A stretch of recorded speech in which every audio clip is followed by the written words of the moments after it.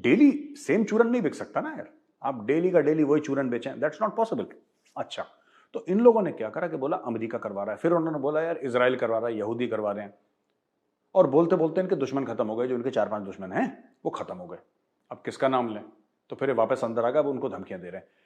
India में एक बात बड़ी अच्छी हुई, केरला में कुछ मुस्लिम बहनों ने, और मैं उन मुस्लिम बहनों को प्रणाम करता हूं, मैं नमस्कार करता हूं, और बड़ी इज्जत है।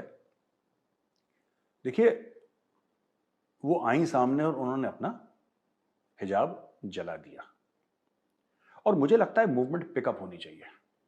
मैं आपको बता देता हूं, लोग कई मुझसे बोलते हैं ये पॉलिटिकल चीज है ना, अभी ईरान इसमें नहीं आता तो मैं शायद इस पर बोलता भी नहीं ज्यादा। एक आध बार कहीं मैंने पहले जिक्र करा होगा, लोग कहते हैं साहब आपका क्या ओपिनियन है मेजर साहब? देखो, हिजाब हिजाब ये सब फालतू की चीजें हैं। जो मुस्लिम लड़कियां हैं ना, मुस्लिम लड़कियां, सरकार उनको बोले कि बेटा आप पढ़ाई करो, आप कुछ मत करो, पढ़ाई करो, ठीक है? आप अपने परिवार का, अपनी कम्युनिटी का, यानी मुस्लिम कम्युनिटी का, देश का नाम रोशन करो। मुस्लिम लड़कियों को आगे आना चाहिए आईएएस में, आईपीएस में, उनको डॉक्टर, इंजीनियर, वकील, बिजनेस पर्संस, ये बनना चाहिए। आई थिंक ये बहुत इंपॉर्टेंट है, क्योंकि टैलेंट बहुत है, इसमें कोई शक नहीं है, बहुत टैलेंट है, बहुत कैपेबिलिटी है। लेकिन ये मौलानाओं ने और मुस्लिम लीडर्स ने हर चीज, ये टीवी पे बहस ही चलती रही, हिजाब होना चाहिए कि नहीं, हिजाब होना चाहिए कि नहीं। कुरान शरीफ में ये लिखा है कि हिजाब, कुरान शरीफ में तो ये भी लिखा है कि झूठ मत बोलो, कुरान शरीफ में ये लिखा है कि हराम मत खाओ, कुरान शरीफ में यह भी लिखा है कि जो आपसे नीचे है, गरीब है, उसको मत दबाओ, है ना? कुरान शरीफ में यह भी लिखा है कि किसी गरीब का हक मत खाओ। कुरान शरीफ में यह तक लिखा है कि अगर तुम्हारे पास खाने के लिए कुछ है और गरीब आता है, पहले तुम गरीब को खिलाओ फिर खुद खाओ। लिखा तो बहुत कुछ है, ये मानते कहां हैं ये मौलाना? जहां पे औरतों को दबाने वाली चीज है, जहां पे उनको बोला कि नहीं, औरतें जो हैं वो बच्चा पैदा करने की मशीन है, वो घर पे रहेंगी या किचन में रहेंगी और हमारे लिए खाना बनाएंगी, वो कुरान शरीफ में हया की बात करी है, अरबी में लिखी है, ठीक है? और इवन मैं बता रहा हूं, कितने सारे मुसलमान हैं जिनको ये नहीं पता कि एक्चुअल कुरान, उनको ये मोटा मोटी पता है जो मौलाना ने समझा दिया, क्योंकि उनकी जबान नहीं है ना अरबिक, ये अरबी में लिखा हुआ है, तो जो अरबी जानता है वही पढ़ेगा कुरान शरीफ। तो झूठ बोलते हैं, फिर ये पूरा फ्रॉड करते हैं कि ये है वो है, और गुमराह करते हैं लोगों को, राइट? क्या डॉक्टर अब्दुल कलाम कोई कम मुसलमान है क्या? आज डॉक्टर अब्दुल कलाम की पूरी देश पूजा करता है उनकी, उनको सर पे बैठा के रखता है। वो हमारे बीच में नहीं रहे, भगवान उनको अपने पास बहुत जल्दी ले गए, लेकिन fact of the matter is this, basically आपको मुस्लिम लड़कियों को यह बोलना चाहिए था कि बेटा आप मेडिकल की पढ़ाई करो, आप इंजीनियरिंग की पढ़ाई करो, आपको आईआईटी जाना है।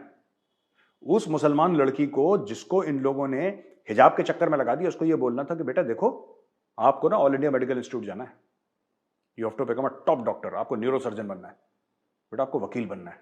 ये नहीं बोला, उसको ये बोला कि तुमने हिजाब नहीं पहना, तुमने ये नहीं करा, तुमने नमाज, उसको इन चीजों में लगा दिया। अरे ये चीजें इंपॉर्टेंट जरूर हैं, ठीक है, लेकिन आप किसी का करियर कैसे बर्बाद कर सकते हैं पूरे बच्चों से? अब केरला से शुरू हुआ है, मैं चाहता हूं कि और जगह भी इसके खिलाफ प्रोटेस्ट हो।